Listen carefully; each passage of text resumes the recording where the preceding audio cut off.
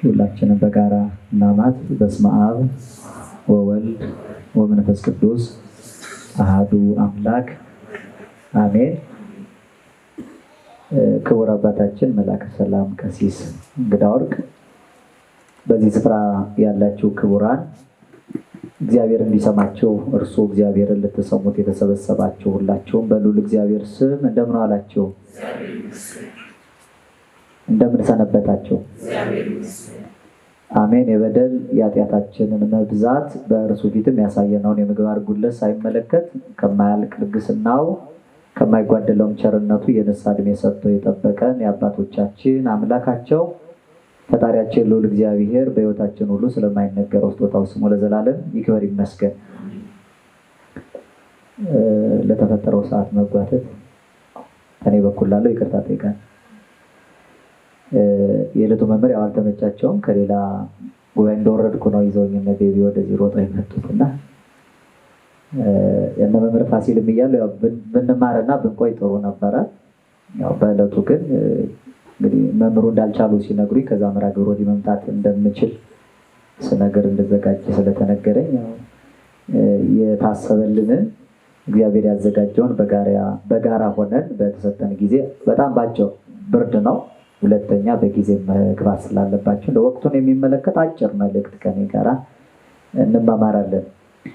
ለትምህርታችን መነሻ ርዕስ የመጽሐፍ ቅዱስ ኃይለ ቃል የምናደርገው ልበ አምላክ ነቢይ እግዚአብሔር ቅዱስ ዳዊት በመዝሙሩ ከተናገረው መልእክት ይሆናል። መዝሙረ ዳዊት መዝሙር 115 በቅንፍ 116 ቁጥር 16 ላይ ያለ ቃል ነው። እንዲህ የሚል ነው። እግዚኦ አነ ገብርከ ወልደ አመትከ፣ አቤቱ እኔ ባሪያህ ነኝ ባሪያህም ነኝ የሴት ባሪያህም ልጇ ነኝ ይላል። ይሄ ርዕሳችን። እስኪ በሉ አቤቱ በሉ።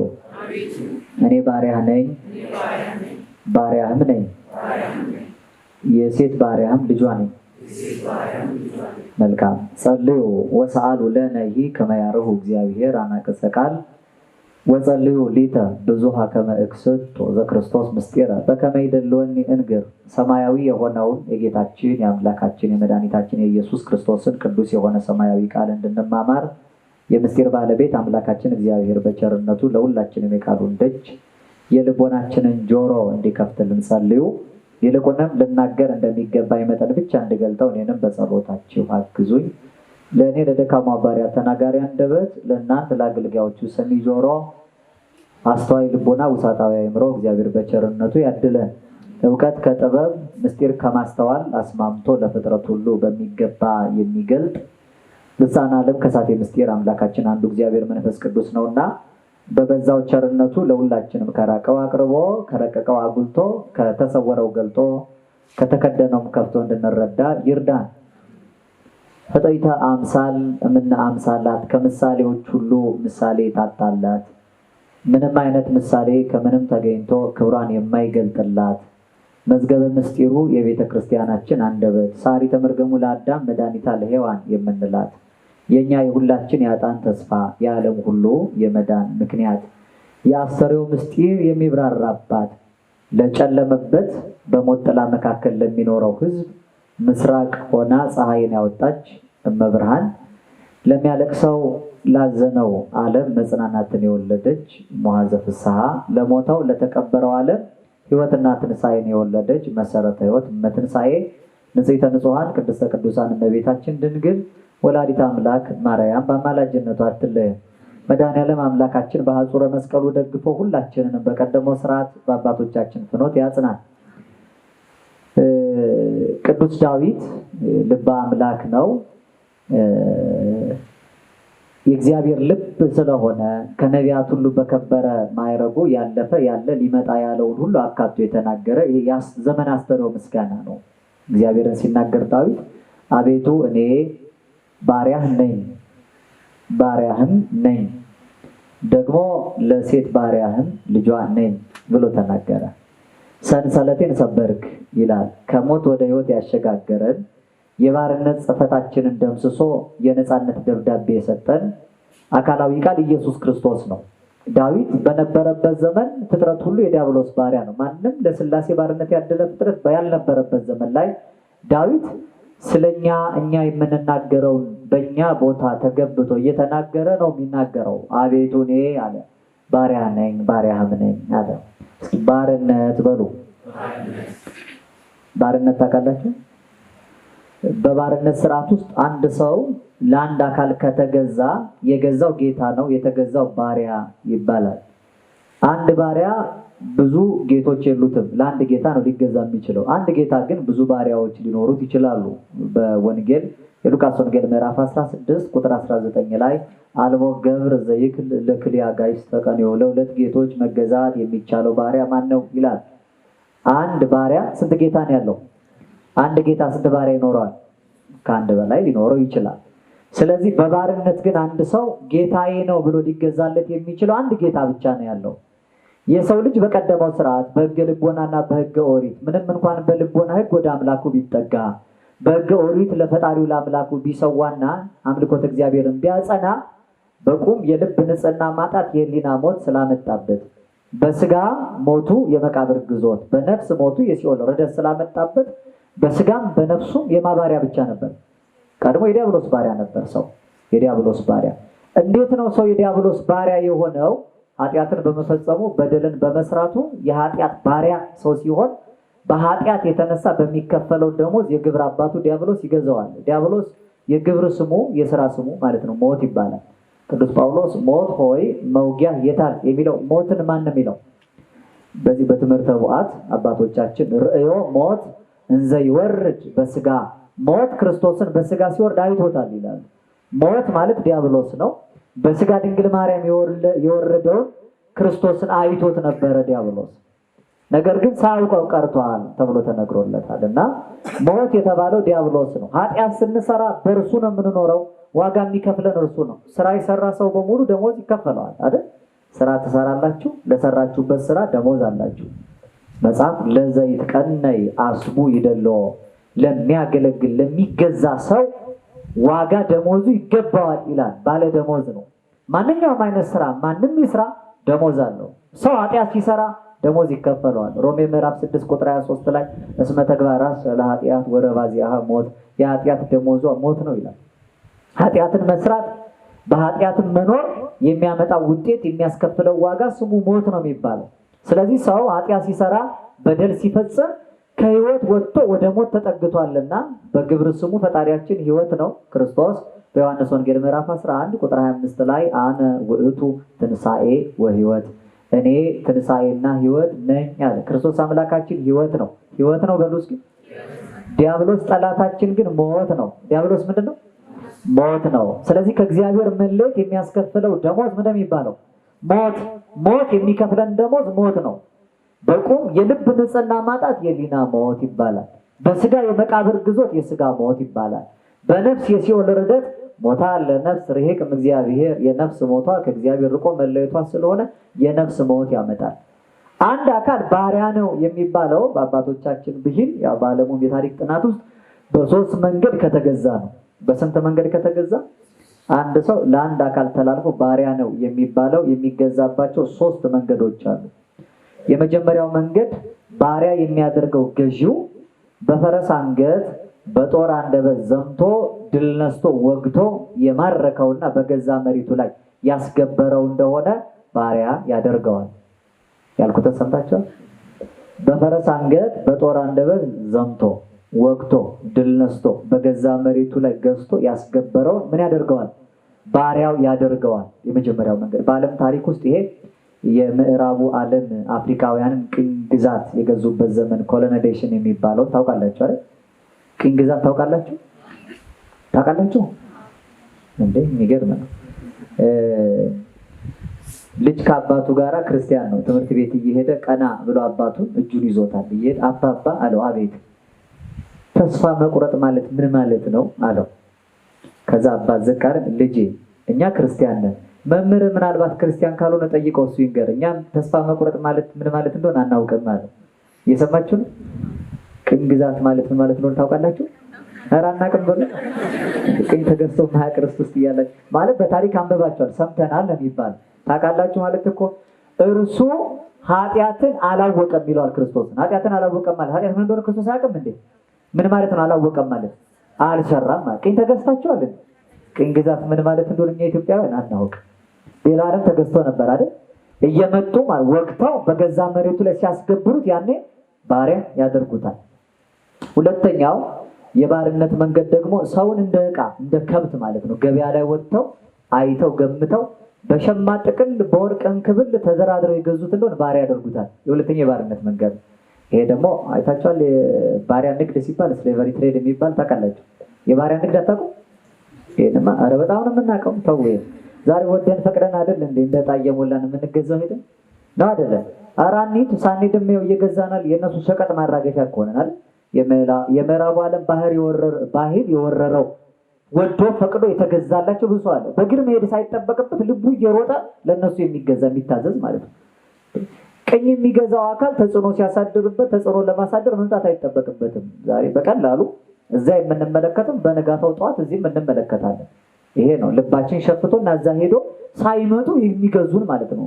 ሳይመጡ የምንታዘዝላቸው እንደ ፈቃዳቸው የምናድርላቸው አሉና ይሄ አንደኛው እንግዲህ ተደራድረው የሚገዙትም ዛሬ ሳይደራደሩ ካልገዛችሁ ብለን የምናለቅስባቸው ብዙዎች ናቸው መሰለኝ። ሶስተኛውና የመጨረሻው ደግሞ በሁለቱ መንገድ ከተገዛው ሰው ቤት ውስጥ እያለ የወለደ እንደሆን የባሪያ ልጅ ባሪያ ይባላል። በቤተክርስቲያን ቋንቋ ልደ ቤት ይባላል። የቤት ልጅ ማለት ነው። ባሪያዎቹ ዘምተው ወቅተው ማርከው ድል ነስተው ያስገበሩት ሰው እያስገበሩት ልጅ የወለደ እንደሆን የባሪያዎቹ ልጅ ምንድነው ነው? ባሪያ ነው የሚሆነው። ተደራድረው ገዝተውታል። በወርቅ እንክብል በሸማ ጥቅል የራሳቸው አድርገውታል። ዋጋ የከፈሉበት ሰው ልጅ የወለደ እንደሆን የባሪያ ልጅ ባሪያ ይባላል። አሁን ይህን መስማት ምን ይጠቅማል ያላችሁ ነው። የተገዛ ነው በዚህ መንገድ በሶስቱ መንገድ ነው የተገዛ ነው። እኛ ለዲያብሎስ ባሪያ የሆነው በሶስት መንገድ ነው። የመጀመሪያው ዲያብሎስ ወደ ነበርንበት ርስታችን መጥቶ ዘምቶ በፈረስ አንገት በጦር አንደበት እኛን ድል ነስቶ ነው ከቀደመ ክብራችን ያወረደን። የእባብን ልባን ዙፋን ሰውነቷን ድንካ አንደበቷን ልሳን አድርጎ ተቆጣጠራል። በክብር ባይ ልቦና የነበራቸውን አዳምና ሴቲቱን አይቶ በምክረ ከይሲ በጠላት ምክር ከንቱ ውዳሴ ወግቶ ነው የሞት እንጨትን ፍሬውን ቆርጠው እንዲበሉ ያደረጋቸው። አምላክ ትሆናላችሁ አላቸው። ገዢዎች የነበሩ ከፍጥረት በላይ የሚሰለጥኑ አሁን ግን ባሪያ ሆኑ። ቅዱስ አትናቴዎስ ሐዋርያዊ የዳዊትን ቃል ይተረጉማል። መዝሙረ ዳዊት መዝሙር 48 ቁጥር 20 ላይ ያለውን እንዲህ ይላል። ዳዊት ሰብሰን ዘክቡር ውእቱ ኢያእመረ፣ ሰው የከበረ ሆኖ ተፈጥሮ ነበር ግን ክብሩን አላወቀም ይላል። ቅዱስ ዳዊት ይህንን ሲናገር ወኮነ ከመ እንስሳ ዘአልቦ ልብ ወተመሰሎሙ፣ ልብ እንደሌላቸው እንደ እንስሳት ሆኖ እነሱን መሰለ ሲል ዳዊት አትናቴዎስ ምን አለ? ሰው ክቡር ነው ማለት ምን ማለት ነው? ሰው ክቡር ነው ማለትማ ሰብሰ እንዘ ንጉስ ውእቱ ኢያእመረ፣ ሰው ንጉስ ሆኖ ነበር የተፈጠረው ግን ይሄን ንግስና ገዥነቱን አላወቀም። ወኮነ ገብረ አልሰረ ርእሶ በፈቃዱ፣ ባሪያ ሆነና ራሱን በፈቃዱ አሰረ። ወመለክዎ እለ ኢኮኑ አጋይስተ፣ ገዢዎች ያልሆኑ ርኩሳን መናፍስት እኩያት አጋንንትን አመለካቸው ይላል። ራሱን በፈቃዱ ያሰረ ባሪያ የሆነ የሰው ልጅ ወዶ ፈቅዶ ጠላት ዘምቶ ድል ነስቶ ወቅቶ ባሪያ ያደረገው። ብትበላ የሞትን ፍሬ አምላክ ትሆናለህ አለው። እንኳን አምላክ ሊሆን ሰው መሆን እንኳን አቃተው። እግዚአብሔር ያህል ጌታ ገነት ያርስት ቦታ ልጅነት ያልጸጋ ቦታ አጥቶ ከዚያ ከቀደሙ ቦታ ወደ ምድር ወርዶ ለዲያብሎስ ራሱን አስገዛ። 5500 ዘመን ሰው በባርነት ጥላ መካከል ነው። አሰረ ርእሶ በፈቃዱ፣ ራሱን በፈቃዱ አሰረ። እያመሰገነ ፈጣሪው ጋር ይኖር የነበረ ሰው አሁን ግን የሚራብና የሚጠማ ሆነ። ባለጸጋ የነበረው ድሃ ሆነ። ቅዱስ አትናቴዎስ መልሶ ሰብሰን ዘባኤል ውእቱ ኢያእመረ፣ ሰው ባለጠጋ ሆኖ ነበር የተፈጠረው ግን ባለጠግነቱን አላወቀም። አንደ ርእሶ በፈቃዱ፣ ራሱን በፈቃዱ ድሃ አደረገ። አርሃበ ከርሶ ወአጽማ ነፍሶ፣ ስጋውን አስራበ ነፍሱን አስጠማ። ሲሲታ ለነፍስ የነፍስ ምግባ የነበረውን ቃል እግዚአብሔር እየተመገበ በስብሐት እግዚአብሔር የሚኖር መላእክቱን የሚመስለው የሰው ልጅ ከዚህ ክብሩ ወረደ። በዚህ በመጽሐፈ ሄኖክ ምዕራፍ 12 ቁጥር 24 ላይ ይፈጠረ እግዚአብሔር ሰብ ለዘከመዝ፣ እግዚአብሔር ጥንቱን ሰውን እንዲላለ ስራ አልፈጠረውም ነበር አላ፣ ነገር ግን እንደ መላእክቱ ንጹህ ሆኖ በምስጋና ይኖር ዘንድ ነው እንጂ እንዲላለ የባርነት ስራ ሰውን እግዚአብሔር አልፈጠረውም ነበር አለ ሄኖክ። ባሪያ ሆነ፣ ጠላት ዘምቶ ድል ነስቶ ማለት ነው። በውዳሴ ከንቱ በማይገባቸው አዳምን በሃከ አዳም ንጉሰ ሰማይ ወምድር፣ የሰማይ የምድር ንጉስ አዳም ሰላም ላንድ፣ በሃኪ ሔዋን ንግስተ ሰማይ ወምድር እያለ ይሸነግላቸው ጀመር።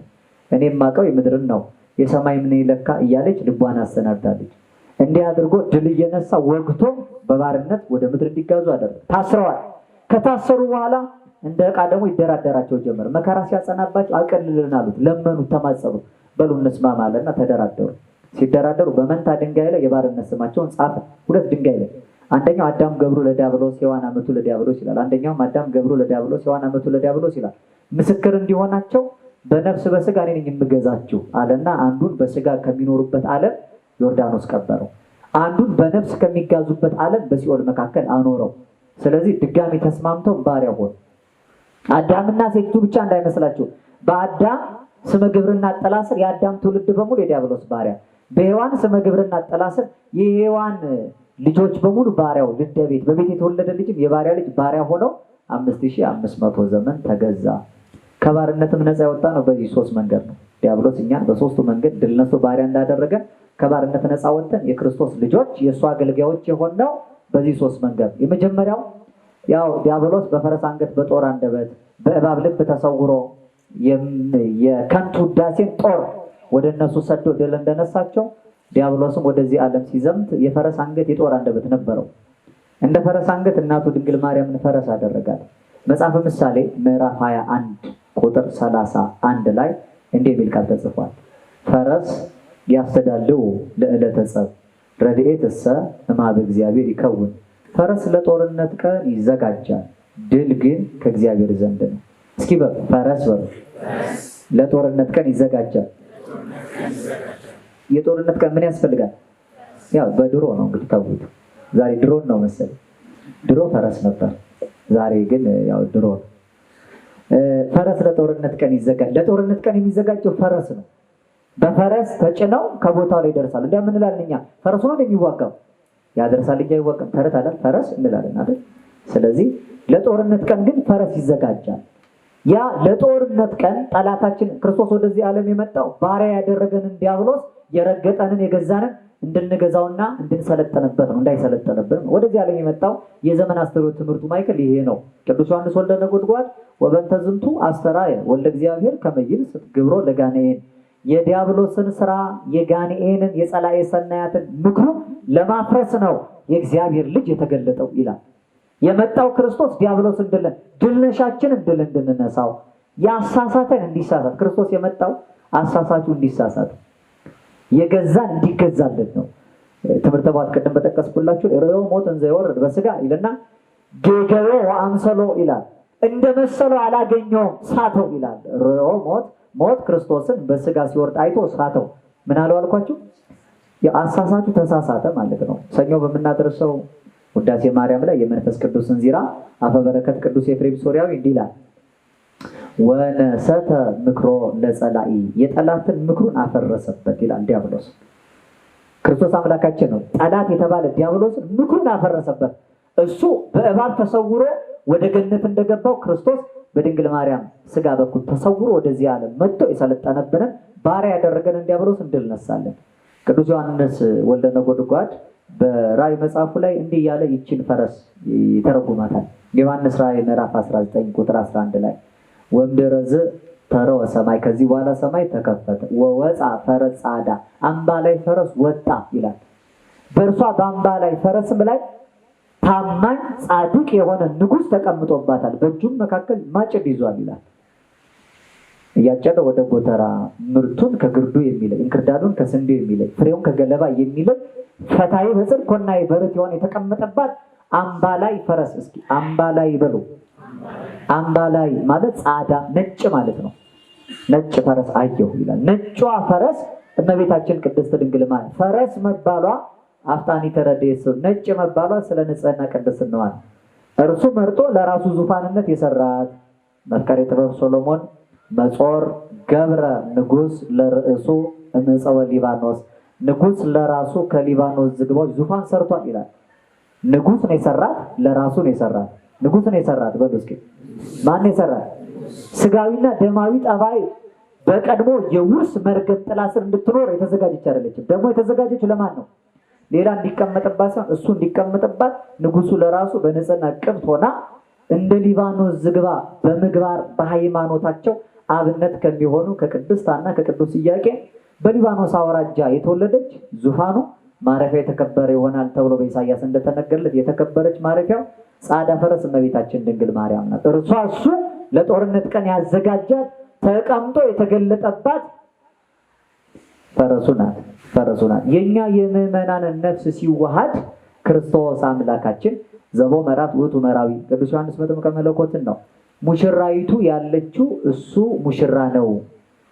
ዋርኩስ ለመራዊ ዘይቀው ሚትፌስ ሰበንተ ቃለ መራዊ የሙሽራው ሚዜ የሚቆመው ከሙሽራው ድምጽ የተነሳ ደስ ይላል። የሙሽራው ሚዜ ዮሐንስ መጥምቅ ነውና ሙሽራይቱ ያለችው ማለት የክርስቶስ ሙሽራ ማናት? እርሷ አቤት ተውኝ፣ እሷማ እናቱ ናት። የክርስቶስ ሙሽራ እመቤታችን ናት ያላችሁት ናት። የአብ ሙሽራ እመቤታችን ናት። የክርስቶስ ሙሽራ ቤተክርስቲያን ናት። የሰማችሁ ነው። ቤተክርስቲያን ናት ማለት እኛ ነን። እኛ የክርስቶስ ሙሽሮች ነን። ነን አይደለንም? ነን። እኛ የክርስቶስ ሙሽሮች ነን ካለን የምእመንን ነፍስ ክርስቶስ አምላካችን ሙሽራይቱ አድርጎ ይዋሃዳታል። የሙሽራይቱና የሙሽራው ውህደት የተከናወነባት ጽር ንጽሕት ንጹሕ አዳራሽ የሰርግ ቤት እመቤታችን ድንግል ማርያም ናት። የሰርግ ቤት ብቻም አይደለችም። የሙሽሮቹ እናት የሙሽራይቱ የኛ የምእመናን ነፍስ እናት እመቤታችን ናት። ባል ሚስት ሲያገባ ሙሽራ ሙሽሪቷን ሲፈልጋት ዝም ብሎ ስላገኛት ብቻ አገባዋት ይላል እንዴ? ምን ያደርጋል? ለቤተሰቡ ምን ይልካል? ይቺ ልጅ ወድጃታለሁ ብሎ ምን ይልካል? በሉ እንጂ ምን ይልካል? ሽማግሌ ይላካል አይላክም? ወደኛ እናት ወደ እመቤታችን አብ ከሰማይቱ ለልጄ ብሎ ወደኛ ሊያገባን ምእመናንን ሙሽራይቱ አድርጎ ለራሱ ሊወስድ ሽማግሌ ላከባት። የአዲስ ኪዳን የመጀመሪያው ሽምግልና የተላከ ወደ እመቤታችን ነው። አብ ከሰማይ ዘተፈናው ማብ እግዚአብሔር ከእግዚአብሔር ዘንድ የተላከ ቅዱስ ገብርኤል። ዛሬ ቄስ ጳጳስ ሽማግሌ ብትልኩ አይ ቄስ ጳጳስ ናቸው እነሱ ይቀመጡ እኛ ቆመን እንጠይቅ ይላል እንዴ? ምንም ቢሆን ሽማግሌ መጀመሪያ ሲገባ ምንድነው ነው ይቆማል፣ ከዛ ይመረመራል አይደል? እመቤታችን ቅድስት ድንግል ማርያም ሽማግሌው ቅዱስ ገብርኤል መረመረችው። እንዴት ይሆናል? ምንድነው? ምን አለው ሁሉ ትላለች እኮ። የሰማችሁ ነው። የምእመናንን ነፍስ የልጆቼን ነፍስ ተዋህዷቸው እንዴት ያኖራቸዋል? በእሷ ላይ የሚያድረው እግዚአብሔር መንፈስ ቅዱስ ለዓለም ሁሉ ሕይወት እንደሚሆን ቅዱስ ገብርኤል ስሙን አማኑኤል ብላ የምትጠራው ልዑል ኃይል ዓለሙን ከኃጢአታቸው የሚያድን መሆኑን ነግሯታል። እንደ ኒቆዲሞስ ሳትከራከር ነው። እንደ ካህኑ ዘካርያስ ሳትጠራጠር አካሄዱን በመመርመር ነው የእኛን ነፍስ የሚዋሃዳትን ክርስቶስን እሺ ይሁን ብላ ለሽማግሌው መልስ ሰጥታ የምእመናንን ነፍስ እንዲዋሃድ ውእቱሰ ከመ መራዊ ዘይወፅእ እምጽሩ እሱ እንደ ሙሽራ ከአዳራሹ ይወጣል ተብሎ ተነገረ። ከአዳራሹ ከእመቤታችን ቅድስት ድንግል ማርያም ማኅፀን ወጥቶ የኛ የምእመናንን ስጋ ተዋል። ንጹሕ የሰርግ ቤት አዳራሽ የምትባል በጦርነት ቀን ከጠላታችን ዲያብሎስ እኛን ነፃ አውጥቶ የራሱ ሊያደርገን። እንግዲህ ተመልከቱ፣ ማንም ሰው ዝም ብሎ ሽማግሌ ልኮ ብቻ የራሱ ሊያደርግ ዋጋ ይከፍልባታል፣ እንደ ማጫ ይልክባታል። ስለዚህ ነው ወደ እመቤታችን ወደ ቅድስት ድንግል ማርያም ዋጋ ከፍሎ እሷን በንጽህና ጠብቆ ልጆቿን ደግሞ ከኃጢአት ባርነት ነፃ ሊያወጣ ልጆቹ ሊያደርግ ክርስቶስ አምላክ በዚህ ዋጋ ከፈለ። የጦር አንደበት አዘጋጅ። የጦር አንደበቱ ቀድሞ ምክረ ከንሲ ከንቱ ውዳሴ ነበር። ክርስቶስ አምላካችን ግን በልጅነት ክብር የምንከብርበትን እጅ እግሩን ለተሳለቀ ሞት አፉን ለመረረ ሐሞት አሳልፎ ይሰጥና ራሱን መስዋዕት አድርጎ ሲያሰናዳ የተሰዋበት ቅዱስ መስቀሉ የጦር አንደበት ነው። ዲያብሎስን ወግቶ ድል የነሳበት ማለት ነው። ቅዱስ ጳውሎስ በቆላሲስ መልእክት ምዕራፍ 2 ላይ የዕዳ ጽሕፈታችን በመስቀሉ ጠርቆ ከመንገድ አስወግዶታል ይላል። ስለዚህ የዕዳ ጽሕፈታችን የተደመሰሰበት፣ የጸብ ግድግዳ የፈረሰበት፣ የራቀው ሰው ልጅ የቀረበበት፣ መስተጻርራኑ የታረቁበት የነፃነት አርማ የድል ምልክታችን ቅዱስ መስቀሉ ያ ለኛ የጦር አንደበት ነው። ጸላይ ሰናያትን ክርስቶስ አምላካችን ድል የነሳበት ማለት ነው። ለዚህ ነው እነዚህን ሁለቱም ዲያብሎስ ይጣላቸዋል፣ በጣም ይጣላቸዋል። እመቤታችንና መስቀሉ እንደነሱ ማንንም አይጣላም። ቅዱስ አባታችን አባ ጊዮርጊስ ዘጋስጫ ወረከቦ ስቃይ በመስቀሉ ለዋህዲኪ በአንድ ልጅሽ በክርስቶስ መስቀል ስቃይ አግኝቶታልና ወበንተዝ ፈድፋደ ይጸልአኪ ሰይጣንም ኩሎም ዘመደ ፍጡራን ከፍጡራን ወገን ሁሉ ዲያብሎስ እንዳንቺ ማንንም አይጣላም ይላል። እሷ አፍጣኒተ ረድኤት እርዳታን ፈጥና ወደ ሰው ልጅ የምታደርስ ለጦርነት ቀን የዘጋጀች ፈረስ ናት።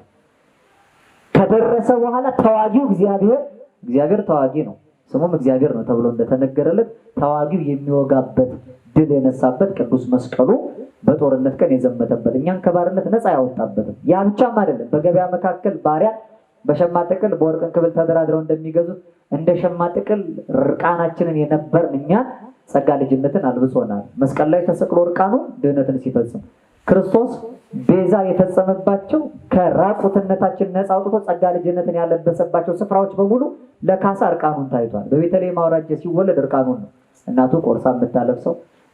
ቆርሳ የምታጎርሰው ቀዳ የምታለብሰው እስክታጣ ትጨነቅ ነበር። በጨርቅ ስትጠቀልለው ባላት ነው የምትጠቀልለው።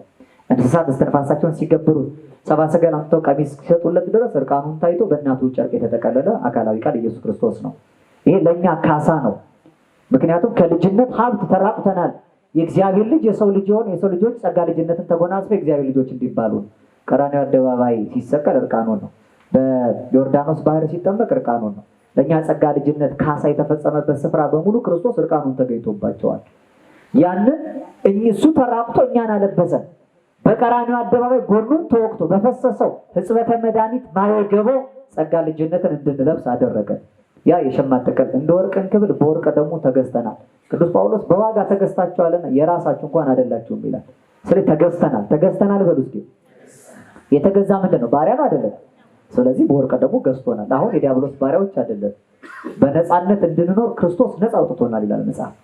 በቤዛ ቀን የታተማችሁበት ልጅነትን ሀብት ያደረጋችሁበትን የእግዚአብሔርን ቅዱሱን መንፈስ አታሳዝኑ ተብሎ እንደተጻፈ ጸጋ ልጅነታችን አስጠብቀን ሳያድፍና ሳናቆሽሸው አትመን ልንኖር ያስፈልግ። ከቆሸሸ እንኳን በንስሐ እያጠብን እያደስነው መትጋት ይጠበቅብናል ማለት ነው። አሁን እኛ ልጆች ነን ግን ባሪያዎችም ነን። እስኪ ልጆች ነን በሉ፣ ግን ባሪያዎችም ነን። የሉቃስ ወንጌል ምዕራፍ 17 ቁጥር 10 ላይ እንዲህ የሚል ቃል ተጽፏል። ከማሁኬ አንትሙኒ ገቢረክሙ ኩሎ ዘአዘዝኩክሙ በሉ አግብርት ጽሩዓን ንሕነ ወዘይደለወነ ለገቢር ገበርነ። እናንተ ግን የታዘዛችሁትን ሁሉ ባደረጋችሁ ጊዜ ልናደርግ የሚገባንን ስላደረግን እኛ እኮ የማንጠቅም ባሪያዎቹ ነን በሉ። እስኪ ባሪያዎቹ ነን በሉ። ለዚያም ባሪያዎቹ ብሎ የማንጠቅመው አንጠቅመውም በሉ እስኪ። እግዚአብሔር ምን እንጠቅመዋለን? አንድ ባሪያ ከጌታው ጋር ሲኖር ሁለቱም ይጠቃቀማሉ አይደል? ለሚያገለግል ዋጋው ይገባዋል፣ ባሪያ ዋጋ ይከፈለዋል። ተገልጋዩ ደግሞ ክብር ይጨመርለታል አይደል? የሚያርስበት ገበሬ ካለው ለገበሬ ዋጋ ሲከፍል ለሱ እህል ይበዛለታል። የሚያግድ እረኛ ካለው ለሱ ዋጋ ሲከፈለው ለእረኛው ለተጠበቀለት ጌታ ደግሞ በጎቹ ይሰቡለታል። ሲሻው አርዶ ይበላቸዋል፣ ሲሻው ለውጦ ይሸጣቸዋል፣ እንዲህ ያደርግባቸዋል። ስለዚህ ጌታውም ባሪያም ተጠቃሚዎች ናቸው። በእኛ ዘንድ ግን በእኛና በፈጣሪያችን መካከል መጠቀም እንጂ መጠቃቀም የለም። ምን እንጠቅመዋለን? እሱን እያገለገልነው ክብር ይጨመርልን ዋጋ ይበዛልናል እንጂ እኛ ባገለገልነው መጠን የምንጨምርለት ለሱ ዋጋ የምንሰጠው ምንም የለንም። ስለዚህ ልጆቹ ብንሆንም የታዘዝነውን ፈጽመን ስንገዛለት ለእርሱ እኛ የማንጠቅመው ባሪያዎቹ ነን እንላለን። እስኪ ሁላችሁም የማንጠቅመው በሉ። ምኖቹ ነን? ባሪያዎቹ ነን። ያ ብቻም አይደለም። በወርቅ እንክብል በሸማ ጥቅል ብቻ ሳይሆን ልደቤት በቤት የተወለደም የባሪያ ልጅ ባሪያ እንደነበረው ሁሉ ዛሬ የክርስቲያን ልጅም ክርስቲያን ነው። እኛ ክርስቶሳውያን ኦርቶዶክሳውያን ቤተሰቦቻችን ክርስቲያን ከሆኑ የክርስቲያን ልጆች ስለሆን በ40 በ80 ቀናችን የክርስቲያን ልጅ ክርስቲያን ተብሎ ይጠመቃል። በኦሪቱ ስርዓት የባሪያ ልጅ ባሪያ በቃ የዲያብሎስ ልጅ ነው። የዲያብሎስ ልጅ የሆነ የዲያብሎስ አገልጋይ የሆነ በባርነት ጥላ ስር ያለ ቢወልድ ልደቤት በቤት የተወለደ የባሪያ ልጅ ባሪያ ተብሎ ለዲያብሎስ ይገዛ ነበር። ይቆራኘዋል። መርገሙ ከትውልድ እየተላለፈ ከባርነት ቀንበር በታች በባርነት ሰንሰለት የታሰረ ይሆናል። በቁም የህሊና ሞት ይገዛዋል። በስጋ የመቃብር ግዞት ይገዛዋል። በነፍስ የሲኦል ርደት ይገዛዋል። በሞት ላይ ሞት ይጨመርበታል። ስለዚህ ነው ርደተ ገሃነም አለበት። ወደ ሲኦል መውረድ አለበት። ወደ መቃብር መውረድ አለበት። በቁም የልቦና ንጽህና ማጣት በቁሙ ቆሞ ይገዛዋል። ሰው በቁሙ ይሞት ነበረ። አሁንም እርግጥ ኃጢአት የሚሰራ በፈቃዱ ደግሞ በቁሙ ይሞታል። በቁም የሚሞት ሰው አታውቁም? እዚህ ቅዳሴ ማርያም የመጨረሻው ክፍል ላይ ይንሰርገው እንከ ትዕቢተ ወትዝህርተ ትዕቢትና መታጀር ጌጥ አናድርግ እንተ ታለብስ ሞተ ወታወርድ ሲኦል ይችውም አለና ሞትን የምታለብስና ወደ ሲኦል የምታወርድ ናታል። ሞትን ላለመልበስ ወደ ሲኦልም ላለመውረድ ናጥሪ እንከ ትህትና ምስለ ንጽህና ትህትናን ከንጽህና ጋር ገንዘብ እናድርግ። ንጽህና ሲባል ገላን መታጠብ ልብስን ማጠብ እንዳይመስላችሁ። አኮ ንጽሐ ስጋ ባቲቱ ይሄ የውጭው ንጽህና ብቻ አይደለም። ምናልባት ውጫዊ ንጽህና ከኮሮና ነው የሚጠብቀው። የሰማችሁን? ከነፍስ በሽታ ግን አይጠብቅም። አሁን ሰው ግብዓተ መሬት ፈጽመን ስንጨርስ ስንመጣ እጃችንን እንታጠባለን። አላያችሁ? እጃችንን እንታጠበን የነፍስ ይማር ንፍሮ እንበላለን። አይሁድ እንደሚያደርጉት የማንጻት ልማድ አስከሬን የረከሰ ነው። ምክንያቱም ሞት የተሸከመ ሰውነት ስለሆነ ሬሳ ባለበት ቤት የገባ እስከ ሰርክ የረከሰ ነው። እንደ ኦሪት ስርዓት አስከሬን የነካ የረከሰ ነው እንደ ኦሪት ስርዓት። ስለዚህ ከዛ ርኩሰት ነፃ ለመውጣት ከቀብር ሲመለሱ ደም እስኪሰርባቸው ድረስ እጃቸውን በደንብ ፈትገው ይታጠቡ ነበር። ዛሬ የምንታጠበው እኛ ረክሰን አይደለም፣ ቀድሞ እንዲያለ ሸክም ነበረብን። ዛሬ ግን የልቦና ንጽህና ማጣት የሚያመጣውን የህሊና ሞት የምናጠው በንስሐ ነው ብለን በዚያ ምሳሌ ነው። ከዛ ነፍስ ይማር ብለን ነፍስ ለማስማር ንፍሮውን እንበለዋለን። በዮሐንስ ወንጌል ምዕራፍ 12 ቁጥር 24 ላይ አማን አማን እብለክሙ እመሰ ይወድቀት እተተስርናይ ውስተ ምድር ወኢሞተት ባሕቲታ ትነብር። እውነት እውነት እላቸዋለሁ አንድ የስንዴ ፍሬ ወደ መሬት ካልወደቀችና ካልሞተች ብቻዋን ነው የምትቀረው። ወእመሰ ሞተት ብዙ ፍሬ ትፈሪ፣ ከሞተች ግን ብዙ ፍሬ ታፈራለች። ስለዚህ እንደዚህ ስንዴ ግባተ መሬት የተፈጸመላትን ነፍስ ብዙ ፍሬ ልታፈራ ወደ አንተ መታለችን እባክህ ማራት እያለ ሰው የነፍስ ይማር ንፍሮ እየቀመሰ እጅ መታጠቡን ግን ለንስሐ እጽበት ምሳሌ እያደረገ ይገባል።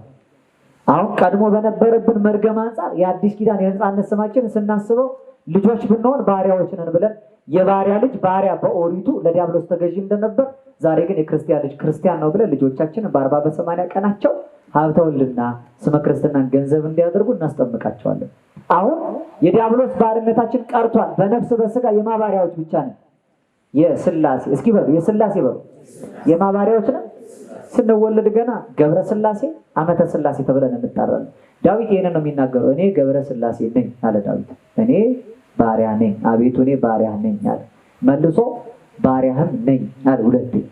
ባሪያ ነኝ ሲል እንዲህ ይላል እንደ ዮርዳኖስ የቀበርኩት የባርነት ስም አለው። ቆይ ምንም አይደል። ሲሞት ያየዋል፣ በነፍሱ ደግሞ ሲኦል እገዛዋለሁ። ባሪያህም ነኝ አለ። በነፍስ በስጋ ያንተ ባሪያ ነኝ አለ እግዚአብሔርን። በነፍስ በስጋ የእግዚአብሔር ባሪያዎች እንድንሆን ይህን እንድንመሰክር አምላካችን በቸርነቱ ይርዳን። በአፍ ብቻ ባሪያ ነን ማለት አይደለም። የኃጢአት ባሪያ ከሆነ የዲያብሎስ ባሪያ ነው ሰው። ከመርገም በታችን እንዳሉት እንደ ቀድሞዎቹ ዛሬ ዲያብሎስ የሚገዛው፣ ዲያብሎስ የሚያግዘው፣ ዲያብሎስ የሚነዳውና የሚመራው በገዛ በስጋ ፈቃዱ የሚመላለሰው ለእግዚአብሔር ከመገዛታችን በፊት የሚቀድመው ነገር ለእግዚአብሔር መገዛት ላይኛው ዝቅ ካልን መጀመሪያ ለእግዚአብሔር ከመገዛታችን በፊት እስኪ ለእግዚአብሔር የምናስገዛውን ራሳችን ደግሞ እንግዛው። ከመንፈስ ፍሬዎች መካከል አንዱ ራስን መግዛት ነው የሚለው መጽሐፍ። ማንን መግዛት? እሱን ዕቃ ስጠኝ ሲላችሁ ሰው ውይ የኔ አይደለም ትላለች። ስልጣን የላችሁም ማለት ነው። እስኪ ለእኔ ተገዙልኝ ይላል እግዚአብሔር። ለእሱ ለመገዛት መጀመሪያ እኛ የማን መሆን አለብን? የራሳችን መሆን አለብን። ያልገዛነውን ራሳችን እንዴት ነው እግዚአብሔር የምናደርገው? ስለዚህ መጀመሪያ ነፍስን ለስጋ፣ ስጋን ለነፍስ፣ ነፍስን ለፈጣሪ ለማሳደር ራስን መግዛት ያስፈልጋል። ራሱን መግዛት ያልቻለ ለእግዚአብሔር መገዛት አይቻለውም። ዳዊት ይህን ብቻ አላለም እኮ አቤቱ እኔ ባሪያህ ነኝ ባሪያህም ነኝ አለና ደግሞ የሴት ባሪያ ልጇ ነኝ አለ። ያው ጉዳያችን ያለው እዚህ ላይ ስለሆነ እንጠቀልልበት። እስኪ የሴት ባሪያ በሉ ልጇ ነኝ። ማናት እቺ ሴት ባሪያ? ሴት ናት አይደል? መቼም ወልደ አመትከ ካለ አመት ሴት ባሪያ ነው። የሴት ባሪያ ልጇ ነኝ አለ ዳዊት። እቺ ሴት ባሪያ ማትሆን ዳዊት ልጇ ነኝ ያለው እንፈልግ። ከዳዊት ከቀደመችው ሔዋንን እንጀምር። ሔዋን የዳዊት እናት መሆን ይቻላታል? መቼም እመ ሔዋን ይላታል። ሔዋን ማለት ራሱ ስሟ የሔዋኑ እናት ስለሆነች እስኪ ሔዋንን እንመርምራት። ስንመረምራት እንዲያም የመጀመሪያው የባርነት ስም የተጻፈው በሔዋን በኩል ነው። ትውልድ ሁሉ በእሷ በኩል ባሪያ ሆኖ ተጽፏል። ሔዋን አመቱ ለዲያብሎስ የሚል የባርነት ስም አላት። ያም አይደለም ደግሞ የባሪያ ልጅ ባሪያ ስለሆነ ተስማምታለችም ተወግታለችም። እንደ ባሪያ ልጅም ደግሞ ባሪያ ናት እሷ። ያው ወሔዋን ተወልደት እምገቦሁ ለአዳም ይላል አባ ጊዮርጊስ ዘጋስጫ። ሔዋን የተወለደችው ከአዳም የጎድን አጥንቱ ከጎን አጥንቱ ነው ይላል። ከአዳም አጥንት ስለተወለደች የአዳም አጥንቱ መገኛዋ ደግሞ እሱም አዳም ገብሮ ለዲያብሎስ ባሪያ ስለሆነ የባሪያ ልጅ ናት። እሷም ባሪያ ናት። ራሷም ተስማምታ ባሪያ ናት። ምክረ ከይሲ የሚወጋትና ለዲያብሎስ ባሪያ ሆነች። ከገነት የተባረረችው እሷ ናት። ስለዚህ ዳዊት በምንም ምክንያት የአንተ ሴት ባሪያ ለምትሆነው ለሔዋን ልጇ ነኝ ማለት አይችልም ማለት ነው። ምክንያቱም ሔዋን የዲያብሎስ እንጂ የስላሴ ባሪያ ስላልነበረች ማለት ነው ቀድሞ። እሷ ስትቀርና እስኪ እንደው የእሴይ ሚስት የነበረችውን የዳዊትን እናት ደግሞ እናስባት። እሷንም ስናስባት ዳዊት ይመሰክርባታል። መዝሙረ ዳዊት መዝሙር 50 ቁጥር 4 ላይ እነሆ እኔ በአመፃ ተጸነስኩ እናቴን በኃጢአት ወለደችኛል። ስለዚህ እናቱ ራሱ በአመፃ ጸንሳ በኃጢአት ወልደዋለችና በአመፅ ጸንሳ በኃጢአት የምትወልድ ባሪያ ናት፣ የዲያብሎስ ባሪያ ናት እሷ። በብሉይ የነበሩ ሴቶች በሙሉ የዲያብሎስ ባሪያዎች ናቸው። በመጽሐፍ ስናነብ አንዲት ሴት ብቻ የስላሴ ባሪያ መሆኗን እናነባለን። የሉቃስ ወንጌል ምዕራፍ 1 ቁጥር 38 እና የሉቃስ ወንጌል ምዕራፍ 1 ቁጥር 48 ላይ እንዲህ የሚል ቃል እናገኛለን። ቅዱስ ገብርኤል ሲያበስራት እመቤታችን ቅድስት ድንግል ማርያምን ቅድም እንደ አብ ሙሽርነቷ እሷ የኛ የምእመናንን ስጋ ሊዋሃድ ሽማግሌ የላከባት እናት ናት። እንደ ሰርግ ቤት ንጹህ አዳራሽ የምትባል እንደ ምእመናን መሰብሰቢያ እናት ሆና ሽማግሌውን ተቀበለ። ይሁን እንግዲህ ፈቅጄ ሰጥቻለሁ ብላ ስጋዋን ለተዋህዶ የምእመናንን ነፍስ ለሙሽርነት የሰጠች እናት ወኪላችን ድንግል ማርያም ናት። ቅዱስ ገብርኤል ሲያበስራት ብስራቱን ስትቀበለው የተናገረችው ቃል ይሁንልኝ ብቻ አይደለም፣ ነየ ዓመቱ አለች። እነሆ እኔ የእግዚአብሔር ባሪያ ነኝ አለች። ነየ ዓመቱ ለእግዚአ ኩሉ፣ ሁሉን ለሚገዛው ለሁሉ ጌታ ሴት ባሪያይቱም እኔ ነኝ አለች። ዳዊት የተመካባት የእሴይ ስር የአቢናዳብ ሰረገላ ተብላ የምትመሰገነው የመመኪያችን ዘውድ ነው ምንላት። የጎሰቆለው ባህሪያችን የወረደው ሰብዕናችን በክብር የተነሳባት ከሞት ወደ ሕይወት የተሻገርንባት የባርነት ስም ተደምስሶ የነፃነት ስም የልጅነት ክብራችን በማኅፀኗ የተጻፈባት አካላዊ ቃልን በስጋ ያየንባት ንጽሕት እመቤታችን እርሷ ናት። ሴት ባሪያይቱ ዳዊት የእሷ ልጅ ነኝ ነው የድንግል ማርያም ልጅ። በኤልሳቤጥ ደጃፍ ሆና ኤልሳቤጥ ስትመሰክርላት ጸሎት ጀመረች። ታበዮ ነፍሴ ለእግዚአብሔር፣ ነፍሴ እግዚአብሔርን ታላቅ ታደርገዋለች፣ ታከብረዋለች፣ ታመሰግነዋለች። ከዛሬ ጀምሮ ደግሞ ትውልድ ሁሉ ብፅዕት ይሉኛል። ትውልድ ዘይሃልፍ ትውልድ ዘይተርፍ። እነ ዳዊት ሁሉ ብፅዕት ያሉት እኔን ነው የተመኩባት። ምክንያቱም እስመ ርእየ ሕማማ ለዓመቱ ትላለች። የኔን የባሪያይቱን ድካም፣ መዋረድ፣ ትህትና፣ መጨነቅ፣ መጓጓት፣ የፍጥረት መመለስ መፈለግ ተመልክቷልና ከዛሬ ጀምሮ የኔን የባሪያይቱን መዋረድ፣ ትህትና የተመለከተ አምላኬ አክብሮኛልና ትውልድ ሁሉ ብፅዕት ይሉኛል አለች። ከሷ የተነሳኛ አሁን ልጆቿ ዳዊት ስለራሱ ሲናገር እንዲህ አለ፣ አቤቱ እኔ ገብረ ሥላሴ ወልደ ማርያም ነኝ አለ። የሰማችሁ? አቤቱ እኔ ባሪያ ነኝ፣ ባሪያም ነኝ ማለት እኔ የሥላሴ ባሪያ ነኝ ማለት ነው አይደል? ወልደ አመትከ የሴት ባሪያይቱ ልጇ ነኝ ካለ ሴት ባሪያይቱ ማን ናት? እኔ የድንግል ማርያም የጸጋ ልጇ ነኝ ደግሞ የሥላሴ ባሪያ ነኝ ብሎ ይሄንን ምስጢር የተናገረ የዘመነ አስተርእዮ ምስክርነቱ ይሄ ነው። እኛ ሁላችን በዚህ በዘመነ አስተርእዮ እግዚአብሔር ሲገለጥ የዲያብሎስን ስራ አፍርሷል። የፈረሰው የዲያብሎስ ስራ እኛ ከባርነት ወደ ነፃነት የተሻገርንበት፣ እኛ ዲያብሎስ ይገዛን ከነበረው ዛሬ ግን እርሱን እንድንገዛ እንድንሰለጥንበት ወደ ሕይወት የተመለስንበት ዘመን ነው የምናስበው። በሕገ ልቦና በሕገ ኦሪት በአበው ትንቢትና ህብረ ምሳሌ ሲመሰል የነበረውን ዛሬ እኛ በአካል ቆመን ነው። ሰንሰለታችንን ሰበርክ፣ የባርነት ደብዳቤያችንን ቀደድክ፣ እኛን ነፃ አውጥተናል። ከዚህ በኋላ ዲያብሎስ አይገዛንምና እኛ ያንተ ባሪያ የድንግል ማርያምም ልጆች ነን እንላለን። ከእርሷ አቅፍ ያላራቀን ከሥላሴ ባርነት ሳንናወዝ እንዲጠብቀን ቅዱስ ፈቃድ ይሁንልን። ሳንዘክር እንዳናልፍ ነው።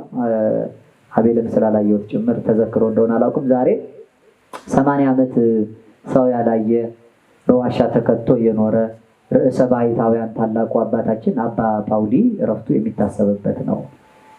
እሱ ካለፈ በኋላም እንኳን ልሳነ ተዋሕዶ ሊቁ ቅዱስ አትናቴዎስ ጭምር በልብሱ ሙት ያስነሱለት ታላቅ ሰው የባሕታውያን መጀመሪያ። ዛሬ እንግዲህ ያው ባሕታዊ ነበር ነው የሚባሉ የለም። ድሮ ሰማዕታት ነበሩ ከማለት እንኳን ተርፈናል። ዛሬ ሰማዕታት እያየን ምስክር የሚሆኑ አይተናል። ባሕታዊ ግን እንጃ አይጠፉም። ግን እኛ ስለማናይ ነው እንጂ ከተማ መካከል ያለውን ብቸኛ ሳይሆን የተከበበውን ሰው ባሕታዊ እንዳትሉ ማለት ነው። ባሕታዊ ማለት ብቸኛ ነው። ርዕሰ ባሕታውያን የባሕታውያን ራስ የመጀመሪያ ባሕታዊ አባ ጳውሊ 80 ዓመት ከእንጦንስ ውጭ ሰው አላየው። ለምስክርነት እንዲበቃ እንጦንስ አይቶታል። እንዲያውም እኛ ሀገር እንደው የባሕታዊነት ክብሩና ግብሩ ወርዶብን ነው እንጂ በግብፃውያኑ ስርዓት ከጳውሊ በኋላ ያሉት በሴት በኩል ባሕታዊት የነበረች ብቸኛይቱ ማርያም ግብፃዊት ትጠቀሳለች። ሌላ ባሕታውያን ያላችሁ ነው። በዓመት አንዴ የባሕታውያን ቀን ተብሎ ይታሰባል እንጂ ባሕታዊ አይታወቅም። ለዚህ እኮ ነው ግብጾቹ አቡነ ገብረ መንፈስ ቅዱስን አያውቋቸው።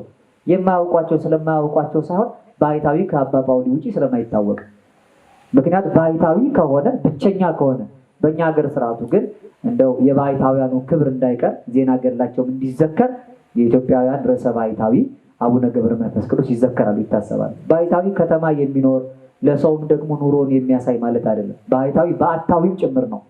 ብቸኛ ሰው ባለ በዓት ነው። በዓት ተከቶ ራሱን ዘግቶ ከሰው ተለይቶ የሚኖር ሰው ከማይበረ መነኮሳት የሚነጠል ባሕታዊ ይባላል። ከበዓት ወጥቶ ደግሞ በስጋ ዓለም የሚኖር ሰው ከሆነ ግዑዝ ይባላል። መርቀቅ አለበት እንጂ መራቀቅ የለበትም። እንደዚህ ከተማ መካከል እየዞረ የሚታይ መሆን መቻል የለበትም።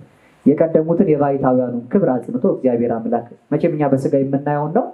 ስንበላ የሚጾሙ፣ ስንተኛ የሚቆሙ፣ ስንዝል የማይደክሙትን ደጋጎቹን ልመና ጸሎታችንን አይቶ ክብረ ቤተክርስቲያን እንዲያስጠብቅልን በዓለም በሀገራችንም ላይ የተንሰራፋውን ይህንን በሽታ በትረማቱን አንስቶ አበለ ምሕረቱን ዘርግቶ በፍቅር አይኖቹ እንዲያየን በምሕረት እጆቹ እንዲዳብሰን ለሀገራችንም ፍቅር አንድነቱን፣ ፈውስ ጤንነቱን፣ ሰላም ስምምነቱን እግዚአብሔር በቸርነቱ እንዲያድልልን ቅዱስ ፈቃድ ይሁንልን። ያንተ ባሪያዎች ነን፣ የእናታችን የድንግል ማርያም ልጆች ነን ብለን እንድንጸና በይሰጠልለን እንድንከብር የመንግስቱ ዜጎች እንድንሆን ፍጻሜያችን ያሳምርልን። እመሂ ስዕትኩ አንተም ወለ በመንፈስ አርቱን እኔ ያላገባብ የጨመርኩትን ስቼ የሚያጎደልኩትን ክቡር መላከ ሰላም በዚህ ስፍራ ያላችሁ መንፈሳን እግዚአብሔር ቤተሰቦች አርሙኝ። እግዚኦ አነ ገብርከ ወልደ አመትከ አቤቱ እኔ ገብረ ሥላሴ ወልደ ማርያም ነኝ። ይቆየን። ወስብሐት ለእግዚአብሔር።